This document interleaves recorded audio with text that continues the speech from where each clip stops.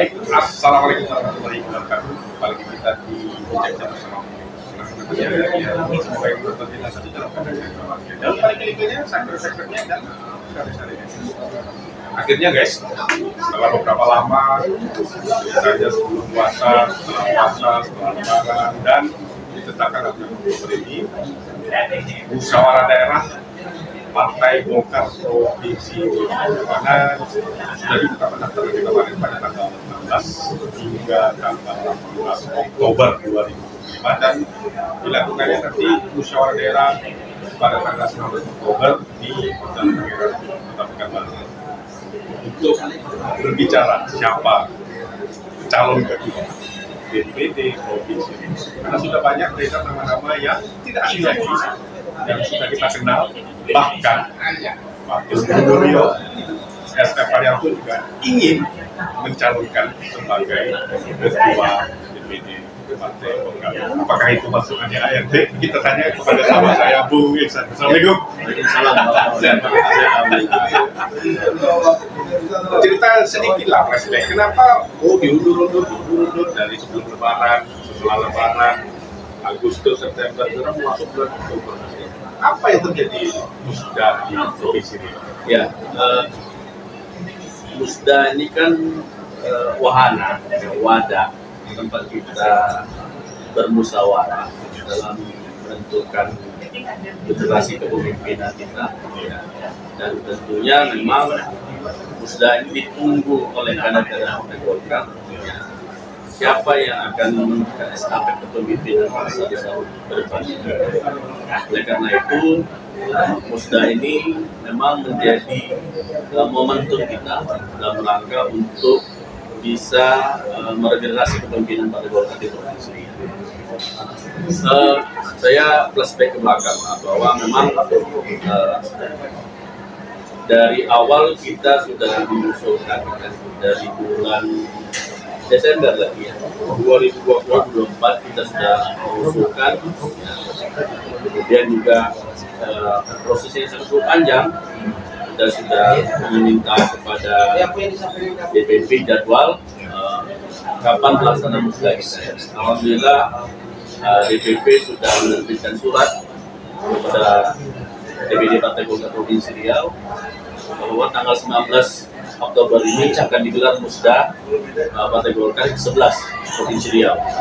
Dan memang banyak ya proses-proses dan tahapan yang barangkali ini juga sebuah dinamika di Partai Golkar ya. Dan DPP tentu juga sudah dengan kami juga panitia sudah mempersiapkan segala sesuatu di pelaksanaan musda ini. Dan alhamdulillah memang musda ini yang ke-18 se-Indonesia ya, 18 ya, kalau salah saya 18. Hari ini ketum di Papua. Dan tentu ini juga kemarin karena waktu ketum yang luar biasa dan ketum ini hadir di tempat kita dan sudah ditetapkan oleh ketum. Insyaallah kita siap untuk menggelar musda dan alhamdulillah sudah hampir 99% ya.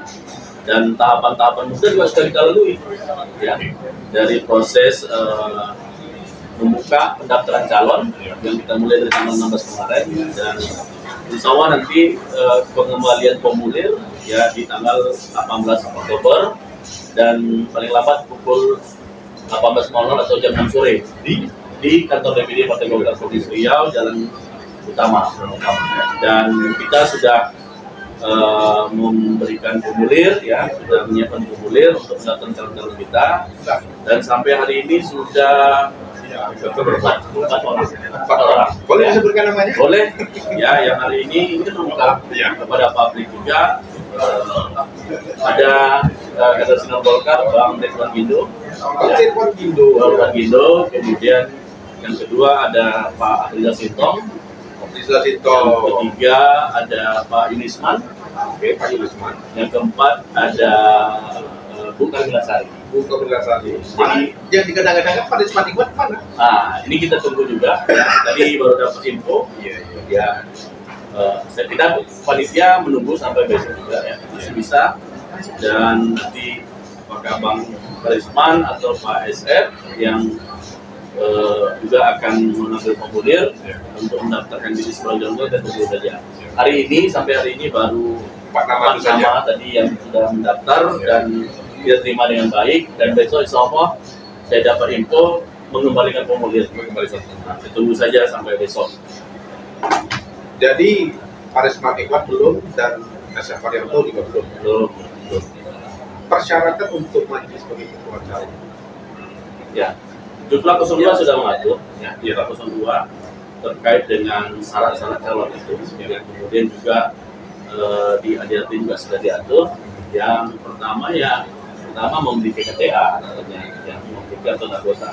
Yang kedua tentu pernah jadi pengurus partai di tingkat provinsi atau tingkat kabupaten, atau juga di ormas.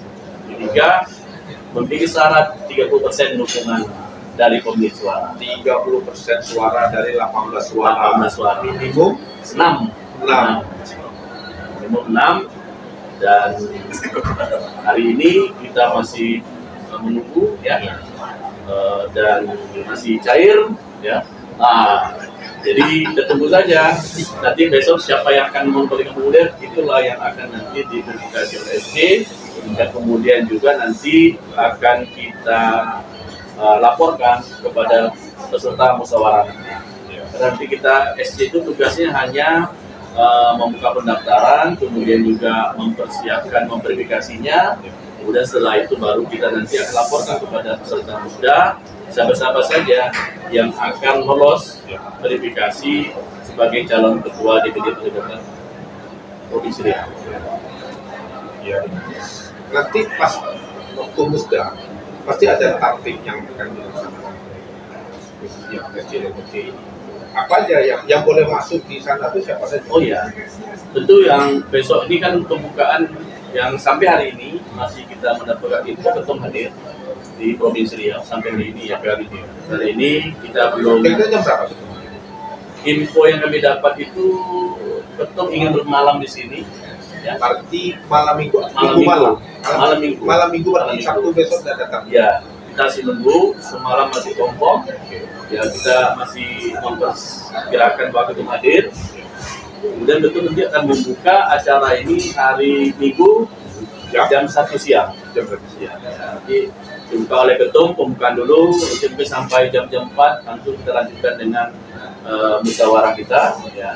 Di sana nanti juga yang akan hadir itu adalah pertama adalah DPD 2 Kabupaten Kota, kemudian seprovinsi Riau, kemudian juga ada Ormas Hasta Karya kita, kemudian juga sayap partai kita, kemudian juga yang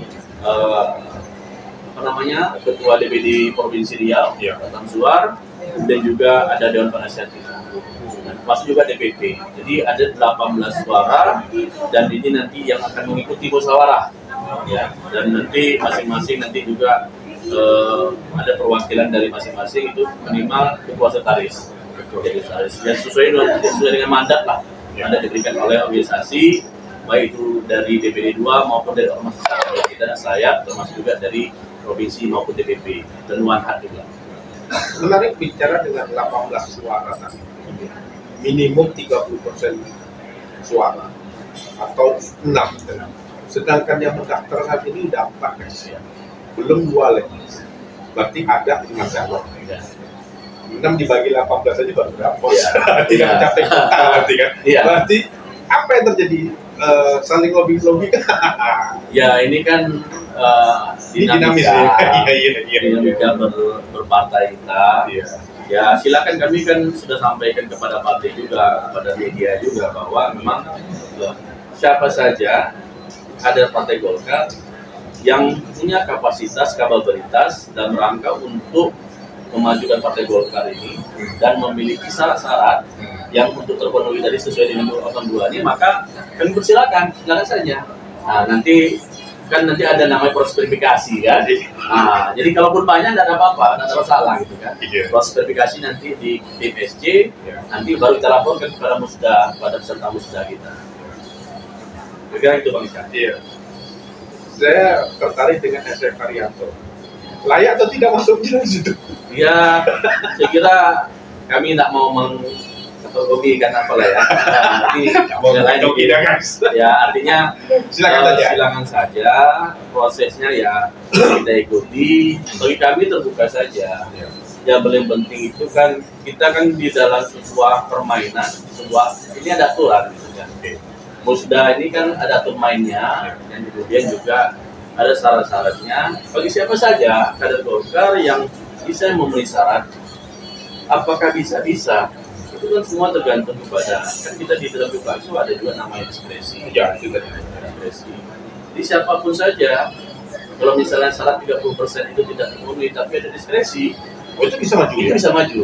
Oke. Ya kan? Kita nggak tahu rupanya SMR itu dapat surat diskresi ya. Ada diskresi siapapun aja lah ya.